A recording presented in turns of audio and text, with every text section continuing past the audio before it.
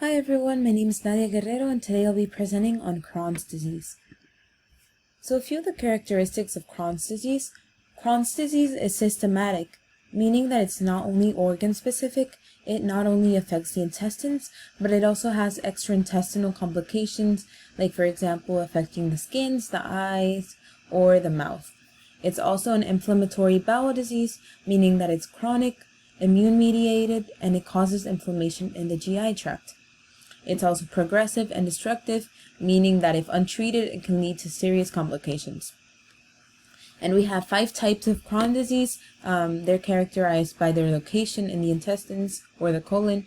We have ileocolitis, ileitis, gastroduodenal, jejunoileitis, and Crohn's colitis. In terms of the pathogenesis, so for Crohn's disease, the pathogenesis is based on tissue inflammation. We can see that there's an unrestrained immune response against luminobacterial antigens. And as we talked about in class before, we have both the cellular and the humoral response involved. We have CD4 positive cells, CD8 positive cells, B cells, CD14 monocytes, and natural killer cells. We also did see that in mouse, it's thought that the MUC2 gene reduced the production of mucus, which was why a lot of the bacteria was damaging the epithelial tissue in the intestines. But in the case for humans, research is telling us that the cause isn't really well understood. We do have various mechanisms and dysregulations proposed, but they're still being studied. We have an immune component to it and a genetic component to it, even though the immune component is being widely studied now. They did find that there may be a relationship between Crohn's disease and an altered FUT2 variant. They found that people that have an altered FUT2 variant have decreased secretion of the ABO antigen, and they have also altered interactions with bacteria, so they're more likely to get Crohn's disease. Then we also have another proposed mechanisms, which is cells interacting with integrins, adhesion molecules like MAC, CAM1, and then also interacting with multiple chemokines. And we know that these chemokines elevate the levels of inflammatory cytokines, and they also promote mucosal inflammation. We know that increasing the production of interleukin-2, overproducing it, and interferon gamma, that leads to a lot of the mucosal inflammation, and it also leads to a T helper cell 1 lymphocytic phenotype. And this isn't ideal because it leads to a lot of cytotoxic killing. Then we also saw that most of the mechanism involves T cells. They're the main effector lymphocytes involved, but we do also have the humoral immune system involved. We see that interleukin-2 is overproduced, and this also has a role in plasma cell differentiation. We also have the increased production of interleukin-21, and what this does, it differentiates naive B cells into B cells, and then these B cells produce granzyme B. And what granzyme B does, it has a cytotoxic effect, and it damages epithelial tissue. And as we can see in Crohn's disease, there's a lot of epithelial tissue damage in the intestines, which is why those are the main symptoms in the intestines. And we can see a lot of this damage through colonoscopies or endoscopies that we'll see later on. So a little bit of the history. It's still important to note the first description of ulcerative colitis in 1875 because it's one of the irritable bowel diseases. We have ulcerative colitis and we also have Crohn's disease. These aren't the same. They have a few different symptoms and they look different under endoscopies. Their pathogenesis is different, also some of their treatment. But it's still important to note this because whenever you're treating a patient, you want to make sure you're treating them for the correct thing. So it's important to know that this is also one of the irritable bowel diseases. It is until 1932 that when Crohn's is first described. It was described by Burrow Crohn, which is where it gets its name from, Leon Gunsberg and Gordon D. Oppenheimer. It's important that Crohn's was first described and named this, because before they thought that any disease in the small intestine was due to intestinal tuberculosis. But these doctors, what they did is they got data from 14 different patients. They had symptoms like of abdominal pain and weight loss, and this showed that their symptoms in reality were not of tuberculosis. So at first they did call Crohn's regional ileitis, and then they called it Crohn's when it was first described by these scientists. It was in 1967 that we had the foundation for the National Foundation of Ileitis and Colitis founded. This was founded because we had some patients, Susan Rosenthal and Michael Models. They found out they had Crohn's disease, and their family was heartbroken to know that Crohn's disease doesn't have a cure, and they weren't seeing a lot of research effort. So what they did is both of these patients met up at Mount Sinai Hospital, and they decided to found this foundation so that they may have more resources to do research on Crohn's disease, find more treatment options, maybe in the future even find a cure, because right now a lot of Crohn's disease is still uncertain. And for the different types of Crohn's, as I was talking about before, we have ileocolitis, ileitis, and gastroduodenal. The most common form is ileocolitis. It affects the end of the small intestine, the ileum, and the colon. Some of the symptoms include diarrhea, abdominal pain, weight loss, cramping. For ileitis, this one, it only affects the ileum, not the colon, and the symptoms are pretty much the same as ileocolitis. Some of the complications, which it does have more complications, are fistulas and abscesses in the right lower quadrant of the abdomen.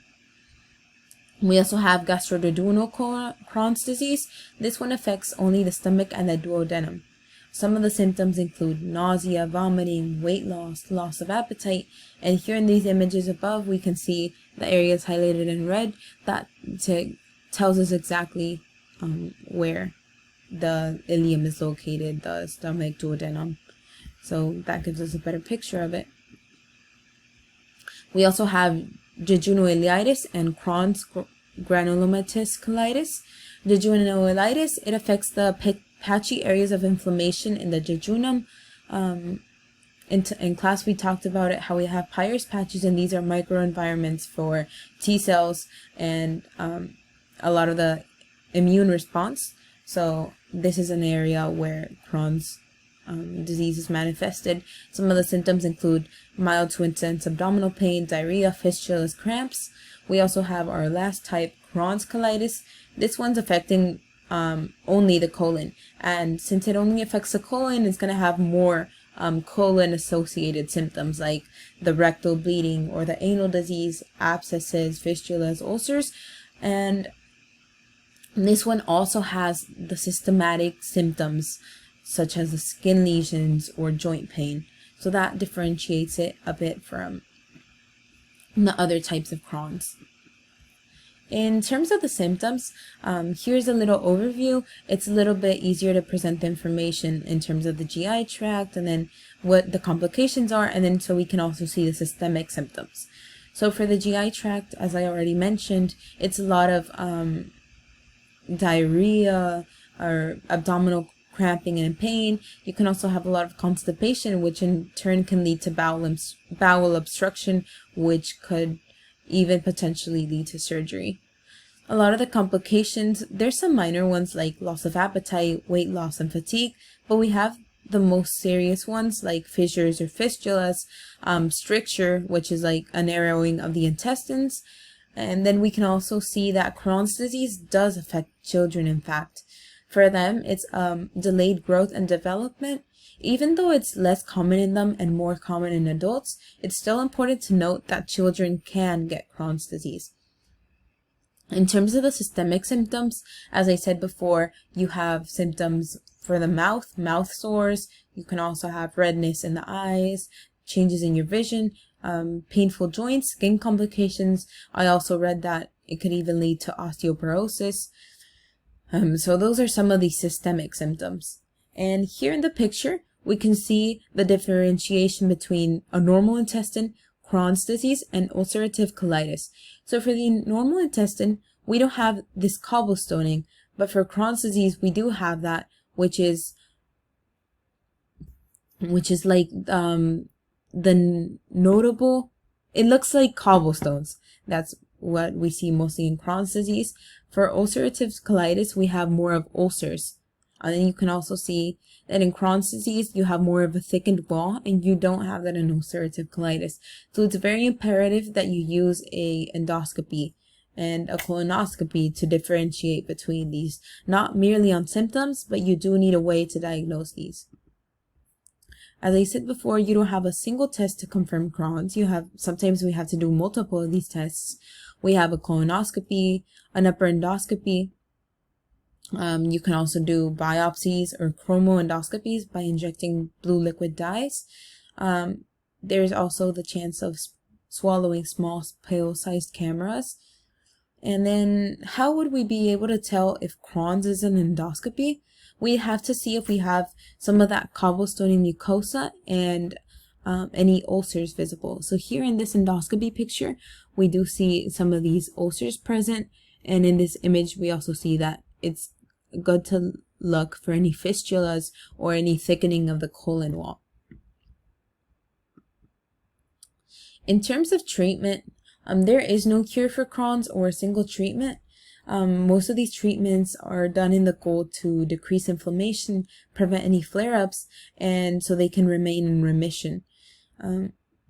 Some of the forms of treatment include medications, diets, nutritions, and surgeries. And of course, you can't cure it, but these are very manageable ways to help the patient. With medication, we can help reduce some of these symptoms. We have immunomodulators, which are forms to suppress the immune system, and biologic therapy, which is basically the creation of antibodies in a lab and using these to treat. We also have diet and nutrition. These mostly they're done to help reduce the symptoms, helps replace lost nutrients, especially since a lot of these patients have chronic diarrhea, and it's best to eat mostly bland foods. For surgery, they also do these to conserve portions of the GI tract. They're necessary whenever the medication can't control the symptoms. And we also do these if you have a fistula, a fissure, or any obstruction develops. It is important to note that symptoms may come and go. There may be a long period of time where you don't have any more symptoms, but these symptoms can come back in the future. So it is important to have a good treatment. So, slide. So for incidence, we do see that Crohn's disease is more common than we think. We have more than 0.5 million Americans that are currently affected by this disorder. It's most common in North America and Western Europe. Also more common in Caucasians, even though the rates for Hispanics and Asians have been increasing. In terms of gender, men and women are equally likely to have Crohn's, so we don't see a preference between male or female. And as I said, it's most common in adults for ages 20 to 30 years old. And as of 2023, the prevalence is actually rising. We don't know the exact reasons, but it has been increasing in the US and the other parts of the world. So it is important to be aware of these diseases, especially since they're fairly complex and much of the pathogenesis isn't known. So it's important to keep on researching this disease and be aware of the different symptoms that it may have. So that'll be it. Thank you so much for watching.